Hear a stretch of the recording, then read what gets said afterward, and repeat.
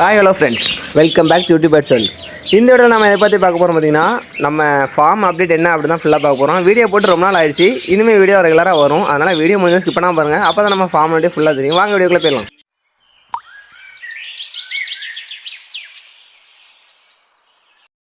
First பார்த்தீங்கன்னா நம்ம 6, 7, 8 அந்த 3 கேஜும் ரொட்டேஷன் மாறி இருக்குது. என்ன காரணம் நீங்கள் வீடியோவில் பார்த்தாலே தெரிஞ்சுக்கணும்னு நினைக்கிறேன். அந்த பக்கத்து வீட்டில் வந்து கோட்டச்சல் போட்டுட்ருக்காங்க. அதனால் நம்ம எல்லாத்தையும் பிரித்து வச்சுருக்கறனால இந்த நம்ம 3 கேஜும் அங்கிட்டு தட்டி விட்டுறக்கூடாது, எதுவும் டேமேஜ் ஆகிடக்கூடாது. ஆல்ரெடி கொஞ்சம் டேமேஜ் ஆகிடுச்சு, அதை நான் வீடியோவில் சொல்கிறேன். ரொம்ப டேமேஜ் ஆகிடக்கூடாதுன்னு தான் நம்ம இங்கிட்ட திருப்பி வச்சுருந்தோம். ஃபுல்லாக திருப்பி ஹைட் ஏற்றி மாதிரி அதே மாதிரி வச்சாச்சு. நான் டேமேஜ்னு சொல்லியிருந்தேன் பார்த்தீங்களா, இதான் அந்த டேமேஜ். அது அந்த கல்லுலேருந்து இறக்கி கீழே வச்சுல கீழே ஒரு கல்லில் வச்சு லாக் ஆகிட்டு, அதனால் அந்த டோர் மட்டும் ஃபுல்லாக பிஞ்சிருச்சு. இந்த டோர் பிஞ்சதுனால எலி ஈஸியாக உள்ளே போயிடும். அதனால் நம்ம முடிஞ்ச அளவுக்கு சீக்கிரமே இந்த டோரை ரெடி பண்ணணும். இந்த டோரை ரெடி பண்ணிச்சுல நான் வந்து நெக்ஸ்ட் அப்லோடில் நம்ம ஃபார்ம் அப்டேட்டில் நான் வந்து அப்லோட் பண்ணிடுறேன்.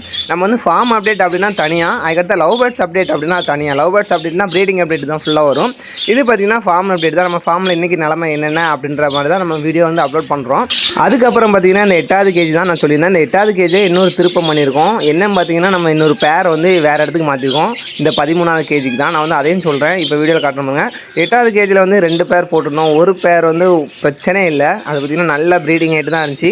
இன்னொரு பேர் பார்த்திங்கன்னா இந்த ரைட்டில் பார்த்திங்கன்னா இந்த பேர் தான் பிரச்சனை இல்லை. சிக்கு எட்டி பார்த்துட்டு பார்த்திங்கன்னா அது சிக்கு இருக்குது. நான் வந்து லவ் பேர்ட்ஸ் அப்டேட்டில் நான் வந்து அதை அப்லோட் பண்ணுறேன். சீக்கிரமே இன்னும் 2-3 நாளே வந்துடும் அப்லோடு. அதெல்லாம் பார்க்கணும்னா சேனல் மறக்காமல் சப்ஸ்கிரைப் பண்ணிக்கோங்க. பக்கத்தில் இருக்கிற பெல்லைக்கான தொட்டு மறக்காமல் ஆளில் போட்டுக்கோங்க. அப்போ தான் வீடியோ நோட்டிஃபிகேஷன் உங்களுக்கு வரும். நான் சொன்ன பார்த்திங்களா அந்த 8வது கேஜி, அந்த 8வது கேஜியில் உள்ள பேர் இதுதான். இந்த பேர் பார்த்திங்கன்னா 3 எக்கு வச்சிருந்துச்சு. நான் வீடியோலேயே அந்த பானையை கழட்டி காட்டுறேன். பானைக்குள்ளே வந்து 3 எக்கு இருந்துச்சு. ஆனால் ஒரே ஒரு சிக்கு ஆச்சு. பட் அந்த ஒரு சிக்கும் உள்ளே இறந்து போச்சு. என்னன்னு பார்த்தீங்கன்னா அந்த இன்னொரு பேர் இருக்குன்னு சொன்னேன் இல்லையா, 2 பேர் உள்ளே இருக்கும் அப்படின்ட்டு. அந்த இன்னொரு பேரில் உள்ள ஃபீமேல் இதுக்குள்ளே போயிட்டு ரொம்ப சண்டை போட ஆரம்பிச்சிருச்சு. அதுக்கு என்னமோ இது பிடிக்கலன்னு நினைக்கிறேன். அதனால தான் பார்த்தீங்கன்னா உள்ளே போயிட்டு சண்டை போட்டு இதாகிக்கிடுச்சு. இதானோடனே அந்த ஃபீமேல் அண்ட் மேல் பார்த்தீங்கன்னா அந்த சிக்குக்கு ஃபீட் பண்ண முடியாமல் அந்த சிக்கு இறந்தே போச்சு. இந்த வீடியோவில் உங்களுக்கு ஜூம் பண்ணி பார்த்தா உங்களுக்கு தெரியும் நினைக்கிறேன். அந்த சிக்கு இறந்து கிடக்கிறது பிறந்த ஒரு நாள்லேயே வந்து இறந்துருச்சு. அதனால் நம்ம அந்த 2 எக்கையும் வேஸ்ட் பண்ணிடுச்சு. அதனால தான் அந்த பேரை பார்த்திங்கன்னா நம்ம 13வது கேஜிக்கு ட்ரான்ஸ் பண்ணிடுச்சு. இங்கே வந்து 13வது கேஜி நோட் பண்ணிக்கோங்க. 14வது கேஜியில் ஆல்ரெடி நம்ம ஒரு பேர் போட்டிருக்கோம். அதுலேயும் இன்னும் சிக்கு ஆச் ஆயிருந்துச்சு. அதெல்லாம் நெக்ஸ்ட் அப்லோடில் கண்டிப்பாக அப்லோட் பண்ணுறேன். 13வது கேஜியில் இப்போ தான் போட்டிருக்கோம். பட் இன்னும் எக் வைக்கல. போட்டு ஒரு நாள் ஆச்சு. ஒரு நாளே எப்படி எக் வைக்காது. ப்ரீடிங் ஒன்றும் ஆகலை. கிட்டத்தட்ட ஒரு வாரம் கழிச்சு தான் ப்ரீடிங் ஆகும். அதுக்கடுத்து இந்த 16வது கேஜியில் வந்து சிக்கு தான் போட்டிருக்கோம். அதாவது ரொம்ப லோ, அதாவது சின்ன சிக்கு, இந்த கடைசி சிக்குன்னு சொல்லுவாங்க இல்லையா. ஆல்ரெடி நான் வீடியோவில் நிறைய சொல்லியிருப்பேன். பார்க்கலன்னா நான் மறுபடியும் போய் சொல்கிறேன். கடைசி சிக்கு பிறந்தது வந்து நம்ம அந்த பெரிய சிக்கு கூட போட்டோம்னா கொத்திட்டு கிடக்கும். அதனால இந்த 16வது கேஜி இந்த சின்ன சிக்குக்குன்னே தனியாக ஒதுக்கி வச்சுருக்கோம். ஆனால் ஃபீடு தனியாகவே எடுத்துரும். அதனால் பிரச்சனை இல்லை. அதுக்கடுத்து 2வது கேஜியில் நம்ம வந்து ஒரு 5 பேட் வந்து தனியாக போட்டிருக்கோம் நம்ம சிக்கு. எதுக்குன்னு பார்த்தீங்கன்னா அடுத்து நம்ம ப்ரீடிங்க்கு தான் போட்டிருக்கோம். அதாவது அடல்ட் ஆகிறதுக்கு இது இங்கே தான் இருக்க போகுது இந்த 5ம். அதுக்கு முன்னாடி இதில் 3 ஃபீமேல் இருக்குது, 2 மேல் இருக்குது. ஆல்ரெடி வீடியோவிலே உங்களுக்கு ஒரு பேர் கரெக்டாக தெரிஞ்சுக்கணும்னு நினைக்கிறேன். அந்த ஒயிட் வந்து ஃபீமேலு, அந்த க்ரீன் பார்த்திங்கன்னா மேலு. நல்லா வந்து கொஞ்சிட்டு இருக்காங்க. அதாவது இது வந்து செமி அடல்ட்லாம் இருக்குது. பட் அடல்ட் ஆகிறதுக்கு இன்னும் எப்படி பார்த்திங்கன்னா 1 மாதம் இல்லைனா ஒரு 3 வாரம் வரைக்குமே ஆயிரும். எல்லோரும் சொல்லுவாங்க 4 மாதம் 5 மாதம் கழிச்சு தான் பஜ்ஜீஸ் வந்து முட்டை வைக்கும் அப்படின்னு. ஆனால் நம்ம ஃபார்மில் அப்படி கிடையாது. சிக்கு நெக்ஸ்ட் அவுட் ஆயிடுச்சு அப்படின்னா கிட்டத்தட்ட 3 வாரம், மேக்ஸிமம் 1 மந்த் தான். 1 மந்தில் அடுத்து அது ப்ரீடிங் நான் ஸ்டார்ட் பண்ணிடுவேன். நம்மள்கிட்ட பார்த்திங்கன்னா அதுக்கு ஏற்றாப்புல ரிசல்ட்டும் கொடுக்கும். நாங்கள் அந்த சொன்ன மாதிரி 1 மந்த் வந்து 1 மந்த்துக்கு அடுத்த ஒரு வாரத்துலேயே எக்கும் வச்சிடும். நல்லா பேர் ஆகி அந்த எக்குமே நல்லா வந்து ரிசல்ட் கொடுத்துட்ருக்கு. அதுக்கடுத்து பார்த்திங்கன்னா நம்ம ஃபார்மில் சில இடத்துல கனவோடு இல்லாமல் ஆயிடுச்சு. ஒர்க் ரொம்ப இருந்தனால இதை செக் பண்ண முடியல என்னால். கிட்டத்தட்ட ஒரு 2 கேஜியில் கனவோடு ட்ரை ஆயிடுச்சு. அதான் காலி ஆயிடுச்சு. இந்த கனவோடு வந்து எல்லா கேஜிலையுமே கரெக்டாக மெயின்டைன் பண்ணணும். பஜ்ஜீஸ் வந்து அதாவது லவ் பேர்ட்ஸ் வந்து எக் வைக்கிறதுக்கு முக்கிய காரணமே இந்த கால்சியம் சத்து கண்டிப்பாக வேணும். கால்சியம் சத்துனா என்னென்னா அதாவது எக்கு வந்து நல்ல குவாலிட்டியாக இருக்கும். இந்த எக் வந்து சில இதில் எக் வச்ச உடனே அது மெல்ட் ஆகி உடஞ்சிரும். அந்த மாதிரி இந்த எக்கோட அந்த எக் சேல் இருக்குல்ல, அதாவது எக்கோட ஓடு, அந்த ஓடு வந்து நல்லா திக்காக இருக்கிறதுக்காண்டி இந்த கனவோடு நம்ம வந்து யூஸ் பண்ணுறோம். எல்லா பேடுமே நல்லா வந்து சாப்பிடும். அந்த என் பேடு சாப்பிடல ப்ரோ அப்படின்லாம் கண்டிப்பாக சொல்ல வாய்ப்பில்லை. நீங்கள் சொன்னாலும் கிட்டத்தட்ட ஒரு 1 வீக்லேயே அதுக்கு வந்து டைம் கொடுங்க. 1 வீக்லேயே அது வந்து சாப்பிட ஆரம்பிச்சிடும். கனவோடு அந்தளவுக்கு ரொம்ப ரொம்ப முக்கியம். எல்லா கேஜிலையுமே நம்ம வந்து மெயின்டைன் பண்ணிகிட்ருக்கோம். அதே மாதிரி நம்ம இந்த ஒரு கேஜி, அதாவது 6வது கேஜி, இந்த 6வது கேஜியில் கனவோடு ட்ரை ஆயிடுச்சு.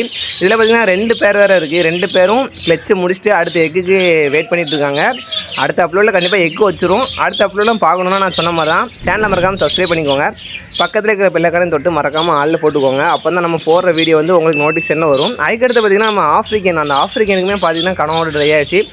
ஆஃப்ரிக்கனுக்கு பார்த்திங்கன்னா அந்த கனவோடு ஸ்டாண்டெலாம் மாட்டி வச்சுருக்கோம். சில கேஜில் பார்த்திங்கன்னா அந்த கனவோடு ஸ்டாண்ட் இருக்கும். அதனால் அது கொஞ்சம் ஈஸியாக இருக்கும் சாப்பிட்றதுக்கு.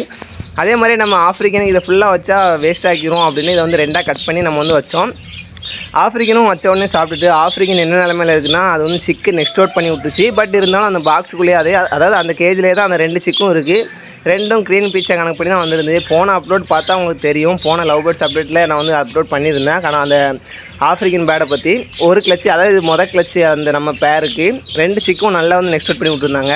இப்போ பார்த்திங்கன்னா 2 சிக்கும் வெளியில் வந்து ஃபீட் எடுக்க ஆரம்பிச்சிருக்கு. பட் இந்த 2 சிக்கும் நெக்ஸ்ட் அவுட் பண்ணி நம்ம வந்து வேறு கேஜுக்கு மாற்றணும், செப்பரேட் பண்ணணும். அதை நான் வந்து அடுத்த அப்லோடில் அப்லோட் பண்ணுறேன். இப்போ பார்த்திங்கன்னா அந்த கேஜ்லேயும் கனவோடு செட் பண்ணியாச்சு. இப்படி செட் பண்ணி வச்சிங்கன்னா அந்த பேட் வந்து வேஸ்ட் பண்ணாத, அதாவது அந்த பாத்ரூம் வந்து அதில் பட வாய்ப்பு இல்லை. லவ் பேர்ட்ஸுக்கு மோஸ்ட்லி பிரச்சனை இல்லை, ஏன்னா அதை வந்து லைட்டாக க்ளீன் பண்ணாலே நவுட்டிடலாம்.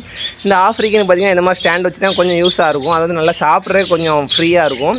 மற்றபடி நம்ம எல்லா கேஜ்லேயுமே நேற்று பார்த்திங்கன்னா பச்சை பயிர் வச்சுருந்தோம். அதாவது எக்ஸ்ட்ரா ஃபுட்டு, நம்ம ஃபார்மில் எக்ஸ்ட்ரா ஃபுட்டுக்கு பஞ்சமே இருக்காது.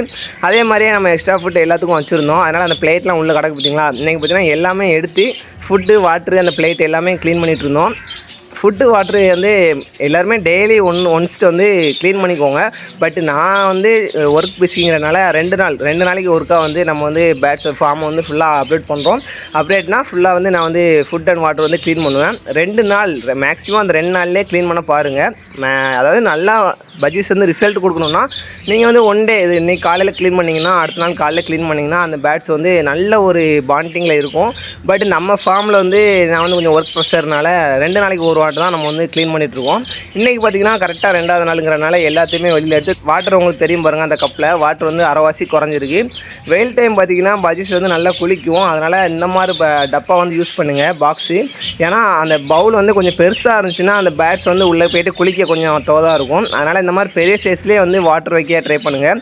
சின்ன சின்னதாக கடையிலேருந்து விற்பாங்க, அதெல்லாம் வாங்கி வச்சிங்கன்னா பஜ்ஜீஸ் ஃபீட் எடுத்துக்கிறோம், அதாவது வாட்டர் குடிச்சிக்கிறோம். பட் அதில் குளிக்க அதால் முடியாது, குளிக்க அந்த ரெக்கையை உதறிட்டு இருக்கும். பட் அதால் குளிக்க முடியாது. அதனால் இதை மெயின்டைன் பண்ணிக்கோங்க.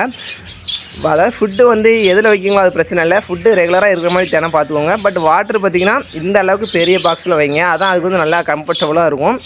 அதுக்கடுத்து பார்த்திங்கன்னா எல்லா கேஜ்லையும் இப்போ ஃபுட்டு வச்சாச்சு, ஃபுட்டு வந்து நம்ம எக்ஸ்சேஞ்ச் பண்ணியாச்சு. தினையை வந்து நம்ம எப்படி வந்து மாற்றணும் அப்படின்ற வீடியோ நான் வந்து கண்டிப்பாக ஒரு நாள் அப்லோட் பண்ணுறேன். அது வந்து நம்ம சின்ன வீடியோவாக தான் வரும். அதாவது தினையை க்ளீன் பண்ணுறது ரொம்ப ஈஸி தான். எடுத்துகிட்டு கொஞ்சம் ஊதி விட்டுட்டு மறுபடி வேறு தினையை மாற்றி மறுபடி வச்சாலே அது வந்து போதும், ஓகே ஆயிரும். இப்போ பார்த்திங்கன்னா அந்த வாட்டருக்குள்ளே கப்பு எந்தளவுக்கு க்ளீனாக இருக்குது பார்த்திங்களா. இந்த அளவுக்கு க்ளீன் பண்ணால் தான் பேட்ஸ் வந்து நல்ல ஒரு ஃப்ரீடமாக இருக்கும். ஏன்னா நம்ம எந்த அளவுக்கு தண்ணி க்யூராக கொடுக்கமோ அந்தளவுக்கு அவங்க ரிசல்ட் கொடுப்பாங்க. இப்போ பார்த்திங்கன்னா எல்லா பேட்ஸு பவுல்லையும் பாருங்கள் தண்ணி எந்தளவுக்கு இருக்குன்ட்டு. முடிஞ்ச அளவுக்கு பேட்ஸுக்கு வந்து இந்தளவுக்கு க்யூராக கொடுங்க, அப்போ தான் அது நல்ல ரிசல்ட் கொடுக்கும். வேறு எக் வைக்குது, சிக்க ஆச்சாவில் அப்படின்ற ஒரு பிரச்சனையும் வராது. இந்த வீடியோ உங்களுக்கு பிடிச்சிருக்கும்னு நினைக்கிறேன். வீடியோ பிடிச்சதா லைக் பண்ணுங்கள், பிடிக்கலன்னா டிஸ்லைக் பண்ணுங்கள். யூஸ் இருந்தால் மறக்காமல் சப்ஸ்கிரைப் பண்ணிக்கோங்க. பேட்ஸ் வளர்க்குற 4 ஷேர் பண்ணுங்கள். நெக்ஸ்ட்டு லவ் பேர்ட்ஸ் அப்டேட்டுக்காண்டி வெயிட் பண்ணுங்கள். தேங்க்ஸ் ஃபார் வாட்சிங்.